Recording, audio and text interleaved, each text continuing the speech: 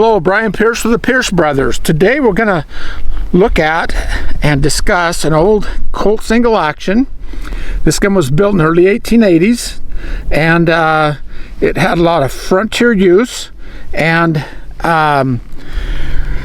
it's in the white currently, by the way. And I had it was refinished by Colt in the late 1940s, and they actually did kind of a so-so job on it. They put the wrong parts in it, as in the barrel was incorrectly marked and so forth. I decided, of course, it wasn't in the original barrel length, and so I decided to rebuild the gun. I stripped the nickel and rebuilt the gun with modern barrel and cylinder, so it's high tensile 4140 series steel and so forth. And it had the most stunning set of ivory grips you'll ever see, just beautiful age to them and yellowing.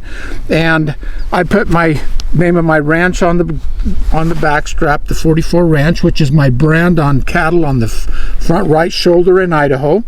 And I of course had Dennis Keyes do the engraving on it, and Dennis started working for Colt I think in 1969 as an engraver, and he's an absolute artist. He's a master. He and I laid out the plan of this gun in the engraving pattern, and it's just beautifully executed. Dennis's work is second to none.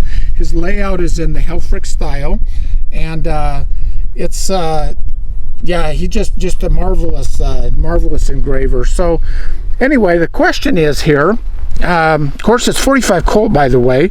It doesn't, at this era they weren't marking them on the barrel, so that's how we did the barrel address and so forth. But kind of the question is, you know, usually when I begin a project like this, I always start with the end in mind. I always thought, okay, we're going to blue and case color this gun, we're going to silver plate it, we're going to nickel plate it, whatever the end result is going to be planned. And in this case, I kind of didn't get to that point. I just got the gun done. I thought, you know, let's finish this gun out.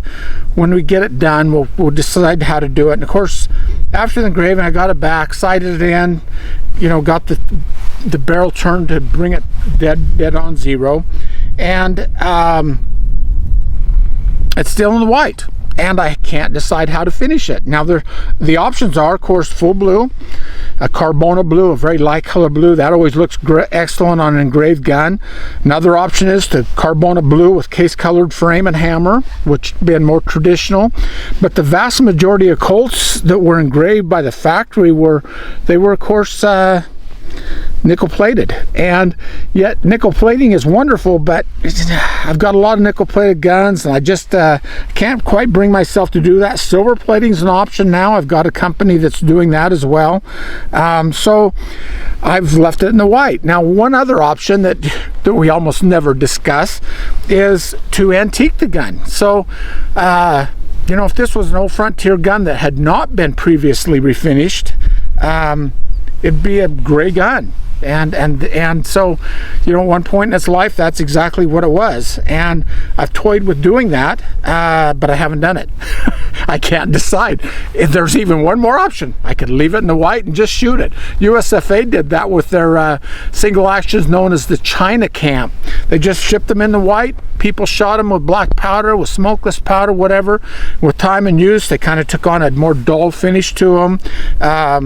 But this gun, I did fail to mention that Dennis Keyes signed it. It's as a master pattern gun, and so that's kind of a special treat to have his true artisan workmanship completed with a signature. And so yeah. Anyway, I'm up in the air. How should I finish this gun? I'm undecided. I really am. One day I look at it, I think, leave it alone. And I've been done with this gun a few months now, actually, and I've not done anything with it because I just can't make up a decision. And that's unlike me to be indecisive about what I'm going to do. But we're going to shoot a few. Load one, skip one, and we're going to do a safety video on single actions as well before too long about why we why we leave that empty chamber under the hammer.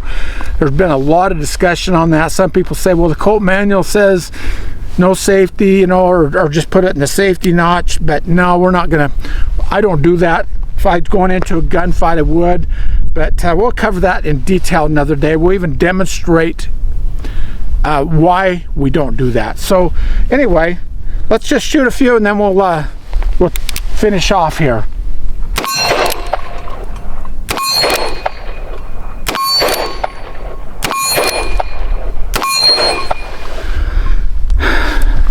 So there you have it. Beautiful gun from the 1880s, Colt Single Action. Restored to perfection to shoot with modern ammo. Shoots extremely well. Beautiful grips. The grips, incidentally, are technically called stocks. They would look good on blue, case colored, full blue, nickel, silver, antique gray finish. They look great the way they are. So your opinions matter. Tell us what you think.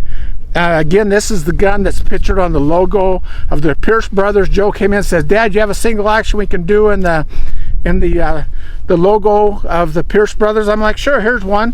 We put it up there and that's the same gun you're seeing. So let us know your comments. Appreciate you watching today, and we'll see you next time on the Pearce brothers.